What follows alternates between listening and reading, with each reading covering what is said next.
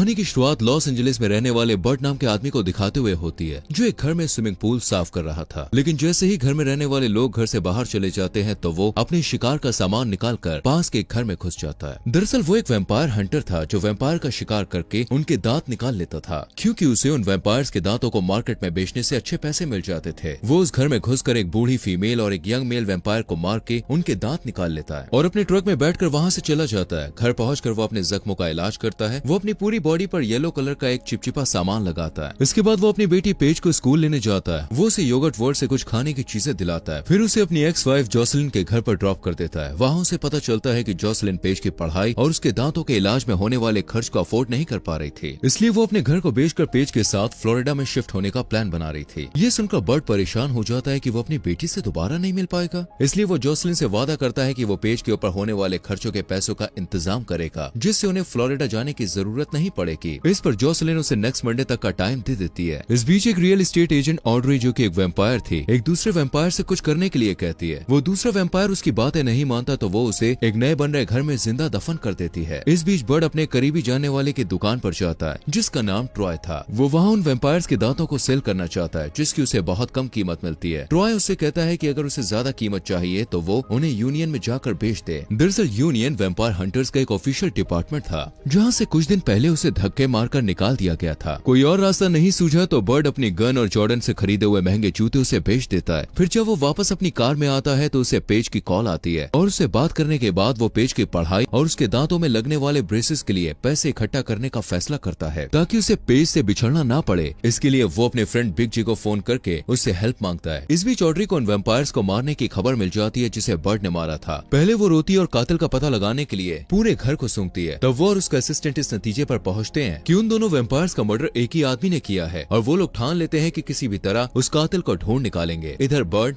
Big जे से मिलता है। फिर वो दोनों यूनियन जाकर वहाँ के हेड राल्फ सीगर से मिलते हैं। बिग जे कहता है कि बर्ड यूनियन में वापस आना चाहता है। उसे अपनी गलती का एहसास हो चुका है और वो काफी बदल गया है। लेकिन राल्फ को भरोसा नहीं होता। वो कहता है कि बर्ड ने यूनियन के बहुत सारे नियम तोड़े थे, यहाँ तक कि एक बार जोखिम उठाकर शिकार करते हुए उसने अपने एक साथी की जान को भी खतरे में डाल दिया था। काफी समझाने के बाद राल्फ उसे एक हफ्ते के लिए ट्रायल के तौर पर रखने को तैयार हो जाता है। वो उसे डे शिफ्ट में काम करने को देता है, लेकिन डे की जगह नाइट शिफ्ट में पैसे कमाने के ज्यादा चांसेस हैं। इसलिए बर्ड रिक्वेस्ट करता है कि उसे नाइट शिफ्ट में रखा जाए, पर राल्फ नहीं मानता और कंपनी की तरफ से एक आदमी को भी उसके साथ लगा देता है, जो शिकार के वक्त हमेशा उसके साथ रहकर उस पर नजर रखेगा, जिससे बर्ड कोई भी नियम को तोड़ ना सके। राल्फ से मिलने के बाद बर्ड दांतों को बेचने के लिए यूनियन के अकाउंट डिपार्टमेंट में जाता है, जहाँ उसकी मुलाकात सेथ से होती है, जो एक मामूली क्लर्क था और जिसे राल्फ ने बर्ड के साथ शिकार पर जाने की जिम्मेदारी सौंपी थी। सेथ कहता है कि वो अभी फील्ड वर्क के लायक नहीं है, पर राल्फ ने उसे वादा किया था कि अगर वो इस काम को सही से पूरा कर लेगा तो वो उसको प्रमोट कर देगा। इसलिए वो बर्ड के साथ शिकार पर जाने को तैयार हो गया था। अगले दिन सेथ सुबह सुबह बर्ड के अपार्टमेंट में पहुंच जाता है और देखता है कि बर्ड चलने की तैयारी कर रहा है। बर्ड उसके साथ दोस्ताना अंदाज में बात करता है और उसे नाश्ते के लिए भी कहता है, पर सेथ मना कर देता है और उससे ज्यादा बात भी नहीं करता है। रास्ते में बर्ड उसे वैम्पायर्स के बारे में पूछता है तो सेथ कहता है कि भले ही उसने अभी तक कोई शिकार नहीं किया था,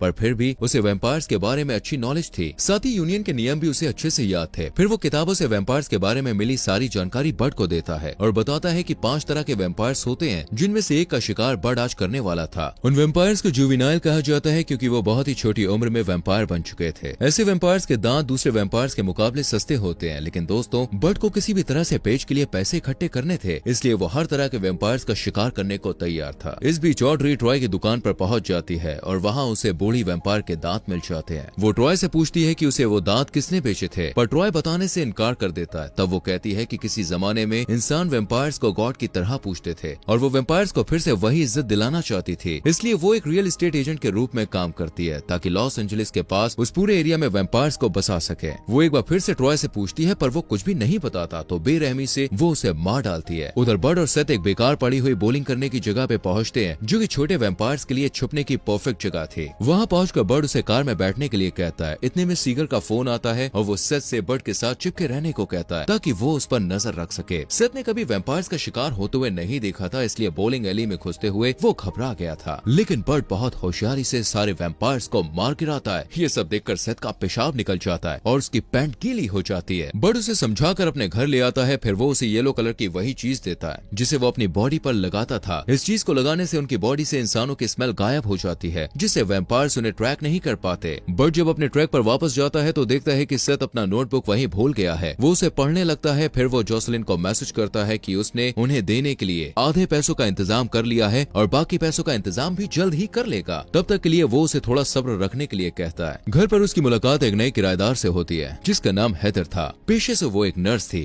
अगले दिन बर्ड सेथ को उसके घर से पिक करता है और उसकी नोटबुक को ऊंची आवाज में पढ़ने लगता है जिसमें लिखा था कि बर्ड ने कल शिकार के दौरान बहुत सारे नियम तोड़े थे। ये सुनकर सेथ उससे कहता है कि उसने वो सारे रिकॉर्ड्स लिखे जरूर हैं, पर राल्फ को उनके बारे में कुछ भी नहीं बताया है। तब बर्ड सेथ से रिक्वेस्ट करता है कि वो उसे और 2 दिन की मोहलत दे दे ताकि वो अपनी बेटी के लिए पैसा इकट्ठा कर सके। इसके बाद भले ही यूनियन उसे दोबारा निकाल दे, कोई परवाह नहीं है उसे। फिर वो जरूरी चीजें खरीदने के लिए ट्रॉय के पॉन शॉप में जाता है, पर वहाँ उसे ट्रॉय की डेड बॉडी मिलती है और टेबल पर बर्ड का नाम लिखा हुआ मिलता है जो शायद ऑड्री के टॉर्चर करने पर ट्रॉय ने लिखा होगा। सेथ तुरंत उसकी खबर राल्फ को देना चाहता है, पर बर्ड उसे रोक देता है और उसे बताता है कि बार बार नियम तोड़ने की आदत के बावजूद भी उसने यूनियन को सिर्फ इसलिए ज्वाइन किया था कि वो अपनी बेटी पेज के लिए पैसे इकट्ठा कर सके ताकि उसे अपनी बेटी से बिछड़ना ना पड़े। सेथ को उस पर दया आ जाती है और वो मान जाता है कि वो मंडे तक राल्फ को किसी भी रूल के टूटने की रिपोर्ट नहीं करेगा। घर आकर वो देखता है कि हेदर अपनी अपार्टमेंट की खिड़की पर किसी आदमी के साथ बहस कर रही थी। अगले दिन बर्ड और सेथ का सामना नाइजीरियन ब्रदर से होता है। वो दोनों भाई फेमस वेम्पायर्स हंटर थे जो कि स्टीरियो रिपेयर करने वाले के भेस में घूमा करते थे। वो बर्ड के साथ मिलकर वेम्पायर्स के अड्डे पर हमला करने और उसमें होने वाले प्रॉफिट को बराबर बराबर बांटने का प्लान बनाते हैं। अड्डे पर इतने सारे वेम्पायर्स को एक साथ देखकर सेथ फिर से कपड़ों में पेशाब कर देता है, जबकि बाकी लोग बहादुरी से लड़ते हुए सारे वेम्पायर्स को खत्म कर देते हैं। जब सारे वेम्पायर्स मारे जाते हैं तो सेथ रियलाइज करता है कि उस अड्डे पर अलग अलग किस्म के वेम्पायर्स एक साथ रहते थे, जो मामूली बात नहीं थी। नाइजीरियन ब्रदर्स कहते हैं कि वेम्पायर्स ने एक ऐसी सनस्क्रीन खोज निकाली थी जिसको लगाकर वो दिन में बाहर भी जा सकते थे। घर लौटते वक्त बर्ड सेथ की तारीफ करते हुए कहता है कि उसमें काफी सुधार हुआ है और उसमें एक हंटर बनने के सारे गुण हैं। इसके बाद बर्ड पेज को उसकी एक फ्रेंड की बर्थडे पार्टी में ले जाता है। वहाँ उसे ऑड्री का कॉल आता है जो उसे जान से मारने की धमकी देती है। बर्ड समझ जाता है कि उसे और उसके परिवार की जान का खतरा है, इसलिए वो तुरंत ही पेज को साथ लेकर अपने घर के लिए निकल पड़ता है। रास्ते में वो देखता है कि ऑड्री के कुछ लोग उनका पीछा कर रहे हैं, तो वो पेज को हेडफोन्स लगाकर अपने आईपैड पर गेम खेलने के लिए कहता है और खुद गाड़ी को इतनी तेज भगाता है कि वो लोग बहुत पीछे रह जाते हैं। उन 2 लोगों में से एक को बर्ड पहचान जाता है कि ये वही आदमी था जिसके साथ पिछली रात हेदर की बहस हुई थी। बर्ड जब जोसेलिन के घर पहुंचता है तो देखता है कि उससे पहले ऑड्री वहां पहुंचकर जोसेलिन को बंदी बना चुकी थी और जमीन पर सेथ बेहोश पड़ा था जिसे वेम्पायर्स ने दांतों से काटा था। ऑड्री बर्ड को छोड़कर जोसेलिन और पेज को अपने साथ ले जाती है। उसे पक्का यकीन था कि सेथ जब जागेगा तो बर्ड को खा लेगा, पर नया नया वेम्पायर बना सेथ बर्ड का मुकाबला नहीं कर पाता है और जल्द ही बर्ड उस पर काबू पा लेता है। बर्ड उसके सर को काट देता है, पर फिर भी सेथ नहीं मरता और अपने हाथ से अपना सर अपनी बॉडी पर फिक्स कर देता है और वो दोनों वहाँ से निकलकर हेदर के घर पहुँचते हैं क्योंकि बर्ड को लगता है कि हेदर ऑड्री के लिए काम कर रही है। वहाँ पहुँचकर उन्हें पता चलता है कि ऑड्री ने हेदर को वेम्पायर बना दिया था और उससे जबरदस्ती अपने काम करवाती थी और हेदर को ना चाहते हुए भी उसकी बात माननी पड़ती थी। ऑड्री बॉब की जान के पीछे इसलिए पड़ी थी क्योंकि बॉब ने जिस बूढ़ी वेम्पायर को मारा था वो ऑड्री की बेटी थी। अपनी बेटी की मौत का बदला लेने के लिए ऑड्री पेज को वेम्पायर बनाना चाहती थी ताकि वो अपनी माँ जोसेलिन को काट कर खा ले। इस काम के लिए वो पेज को वेम्पायर्स की पवित्र जगह पर ले जाती है। इस बीच सेथ अपनी वेम्पायर वाली नई जिंदगी से एडजस्ट करने की कोशिश करता है और इसमें हेदर उसे गाइड करती है। सेथ और हेदर ऑड्री को हराने में बर्ड की हेल्प करना चाहते हैं और उसके अंडरग्राउंड बेस की तरफ जाते हैं जहाँ ढेर सारे वेम्पायर्स को देखकर उनकी हालत खराब हो जाती है। सेथ बिग जे को बहुत पहले ही खबर कर चुका था, इसलिए बिग जे उन तीनों की हेल्प करने वहाँ पहुँच जाता है। फाइट करते हुए बिग जे को एक वेम्पायर काट लेता है, पर वो हिम्मत नहीं हारता और बर्ड को ऑड्री से अकेले मुकाबला करने देता है और खुद एक बम के जरिए सारे वेम्पायर्स को मारने के लिए अपनी जान की बाजी लगा देता है। उधर सेथ और हेदर ऑड्री के बॉडीगार्ड से फाइट करते हैं जबकि बर्ड ऑड्री से लड़ता है। हेदर और सेथ से अकेले लड़ते हुए गार्ड उन दोनों को एक एक हाथ से पकड़कर अपने काबू में कर लेता है, पर तभी सेथ और हेदर उसे अपनी तरफ जोर से खींचते हैं जिससे उसके दोनों हाथ टूट जाते हैं। दूसरी तरफ ऑड्री और बर्ड की लड़ाई चलती है। ऑड्री के पास सुपर पावर और सुपर स्पीड होने के बावजूद बर्ड अपनी चालाकी से उसे हरा देता है। वो एक बहुत बारीक चांदी की तार को रास्ते में लगा देता है और जब ऑड्री बर्ड को मारने के लिए बहुत तेजी से बर्ड की तरफ बढ़ती है तो उस बारीक तार से उसकी गर्दन कट जाती है और वो तुरंत ही मर जाती है। जब सारे वेम्पायर्स मर जाते हैं तो बर्ड जोसेलिन और पेज को गले लगाता है। फिर वो सब हेदर और सेथ से मिलते हैं और बर्ड उन्हें अच्छे वेम्पायर्स के रूप में अपनी फैमिली से इंट्रोड्यूस कराता है। सीन शिफ्ट होता है दोस्तों और हम देखते हैं कि यूनियन में राल्फ बर्ड और सेथ से कोई रिपोर्टिंग नहीं करने की वजह से डांटता है। वो उन दोनों पर बहुत सारे नियमों को तोड़ने का इल्जाम भी लगाता है, पर सेथ नियमों में कमी निकालकर खुद के साथ बर्ड का भी बचाव करता है। भले उसे प्रमोशन नहीं मिलता, पर वो बर्ड के साथ काम करके एक अच्छा शिकारी बनना चाहता है। जब बर्ड अपने परिवार के साथ घर को लौट रहा होता है तो अचानक बिग जे मेन होल से निकलकर उनके सामने आ जाता है। दरअसल वेम्पायर बन जाने के कारण बिग जे उस बम धमाके में नहीं मरा था।